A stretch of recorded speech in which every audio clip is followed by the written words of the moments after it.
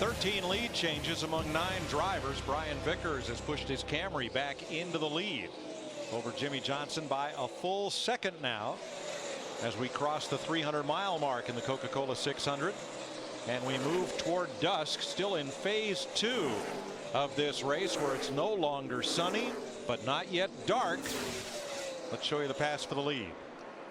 Going off into turn 3 now. Vickers in the 83, who's been working the high side, he goes right to the white line and he'll just take the lead back away from Jimmy Johnson in that 48. And now in just a few laps he's pulled away to a second half lead over that 48 car. So that's where Jimmy Johnson knew that he was faster than he was. He let him go. He didn't put up any fight right now. No use. Let him go. Last year they were teammates. This year Vickers moved on from Hendrick Motorsports to the new Toyota Red Bull team. Cooled off quite a bit here in the last 5 minutes or so. We're getting close to phase 3. Won't be long here, about 35-40 minutes. Now, what Brian Vickers has to do, and Doug Rickard as crew chief, is let's don't get carried away here. We got a fast race car. Let's don't just sit here and pound this thing to death. Save me a little something. We got several pit stops to go to. I know it's a big thrill for these guys with the way Toyota, the things that have been going on with Toyota, but it's not, you know, putting on a good show, get it to the end. How about Jimmy Johnson? 1.3 seconds off the lead, but right there in contention. Chris?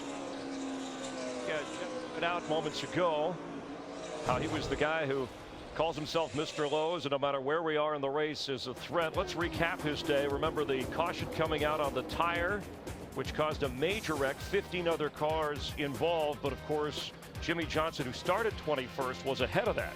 Yeah, they started making adjustments, trying to do tune on this car. But look here, track bar adjustment. They've made 2 major track bar adjustments to this 48 car. Chad Knaus, Jimmy Johnson making moves early on.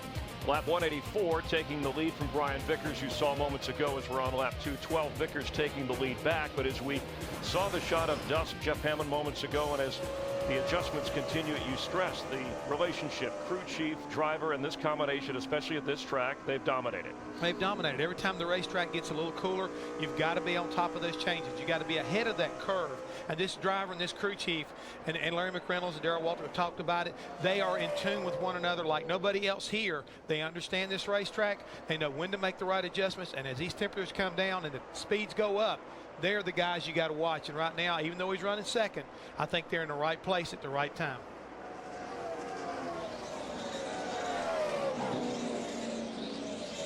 Johnson now 1.5 seconds off the lead, but he has a 2.5 second advantage on the 3rd place car, Carl Edwards. There's Mark Martin moving up in front of J.J. Yaley. That's 12th place.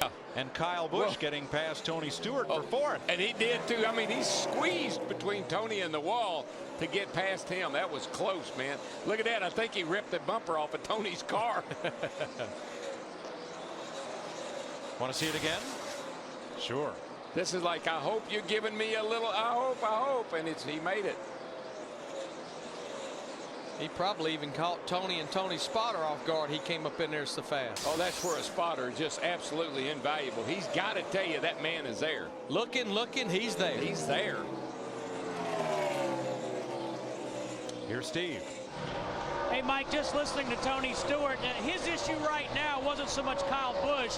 He's concerned that the car's getting tight again. He says, when I get back to the gas, meaning the gas pedal, I get a little tight. And of course, that's a big product of this track really cooling down, gaining the grip we've been talking about. And normally what happens is the rear gets the grip, but you start losing grip with the front tires. And the other thing is this tire is so sensitive that you've got to ease into it. You can't just go in there and take a bunch of wedge out or make a huge change. You got to make little changes every time you make a pit stop. You know, guys, as we're looking at Tony Stewart right now, he's running in the 5th position in the 20 car. One car that I've been watching, and we see this every year in the Coca-Cola 600. We see comers and we see goers. The guy that sat on the outside of the front row, Kurt Busch, in phase 1, he had the field covered. Led 107 laps, but I think they jumped the fence with their adjustments, and now they can't get it back because right now he's the last car on the lead lap. He's only about 8 seconds from being lapped by Brian Vickers. wasn't that many laps ago he was up there the class of the field. Yeah, they made a change, and he spun the thing and got the back of it up into the fence. I don't know how much. It doesn't appear to have that much damage, but it could have hurt. It could have hurt something in the rear of the car.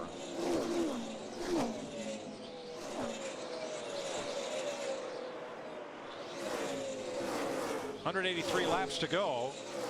Busch is the only Dodge on the lead lap, running 15th, the last car on the lead lap, as Brian Vickers continues to set a big pace. Tell you, that car is hauling the mail, guys. He comes off of the corner over there, and you can visually see the gap between he and Jimmy Johnson, who's back about 2 seconds, widen out every time he exits a corner.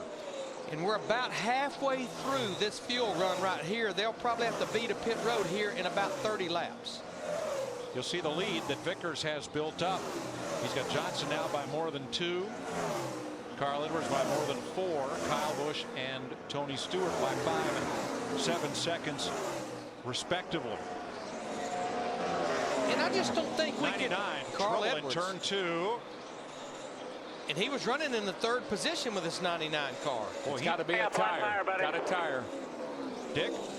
Yeah, the crew has just sprung into action. He had been running so well, but they are getting ready to change tires Turn on 4. the number 99. Oh, who'd he take with him? His teammate, David Ragan. Oh, no. Oh, and Bill Elliott piles in. Come on around if you can. What was up with that? But I'm telling you, that breaks my heart for David Ragan in that 6 car. He had been running in the top 10 almost this entire race. And remember, started this race at the rear of the field because of an engine change. And Bill Elliott doing a fine job for the Wood brothers, trying to get them back to the top 35 in points. Well, this won't help their cause any, that's for sure. Well, let's see how this unfolds. Certainly know what was wrong with the 99. He had a right rear flat. See right there, he saves it, doesn't hit the wall. Kyle Busch in the 5 just gets by. He knows he's in trouble right here. This is going down the back straightaway and going off into 3s where he gets in trouble. And going pretty fast too, Larry. I mean, he's not slowing down with the right rear tire already down. I mean, there it goes. Walked out from under him. He goes up the racetrack. Boom. Nowhere for his teammate, David Ragan, to go. And who would have thought it? And then Bill was just, I'm not sure there wasn't fluid maybe that Bill got into. Well, Bill had Casey Mears on the inside, Darrell, and a car coming fast on the outside. Nowhere for him to go. See the right rear there, it's just flat already, and this thing goes around, and Carl could have just kept it down. That's a shame for David Ragan. That's a pretty hard lick right in the door. There's Mears, and yeah, Bill Elliott, no way to escape that one. Gosh. Yeah, Mears just threaded a needle between those 2 cars. Carl was going pretty fast to know you got a tire flat. Yeah, when he spun, he was at 90 miles an hour on our Fox tracks.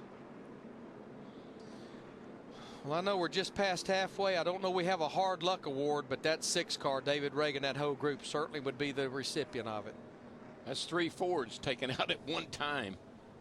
Let's check with Krista.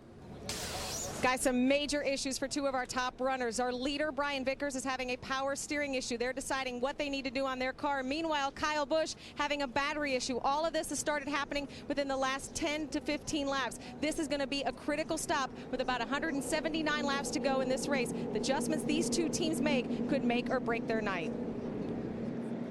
Pit road is still closed.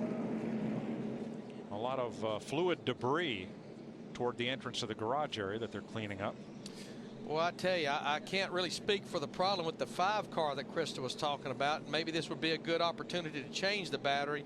But when I look at Brian Vickers in that 83 car, the lap times he's running, I don't know if I even pull a hood pin out to look at anything. Well, it could have a leak, and he's lost some fluid that they could add back to it, and that would be one thing they could do. But Toyota makes, I think they make their own power steering. I don't know about the box, but the pump and all the accessories. All right, come in. You're going to have to turn the motor off. Get the hood up.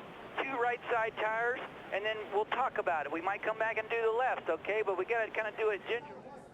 I think you see the plan that Doug Richards had formed there. Yep. And as good as he's got, we've got a long way to go, and we actually only have the 13 cars on the lead lap right now. Yeah, I mean, that's a smart thing. You don't want to end up with no power steering. And I don't know if that's dust or a little bit of smoke coming out of that car, like it's got a line loose maybe, and it's losing some fluid. And pit road is open this time.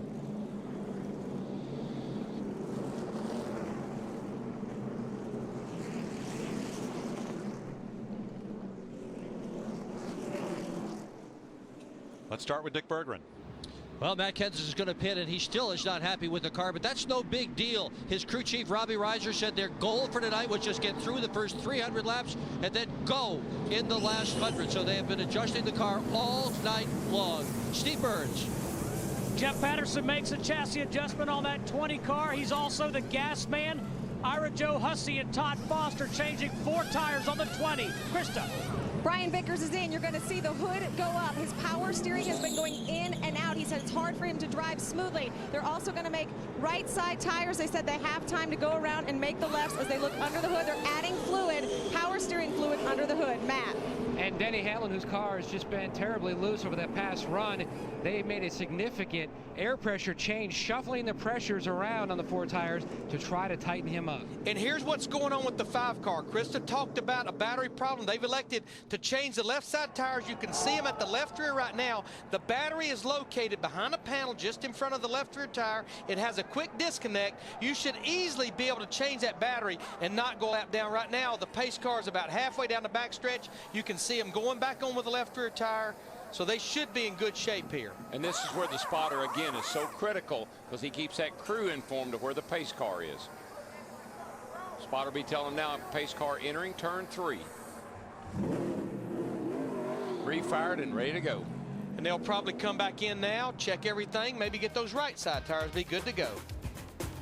Plenty of time to complete the service and stay on the lead lap.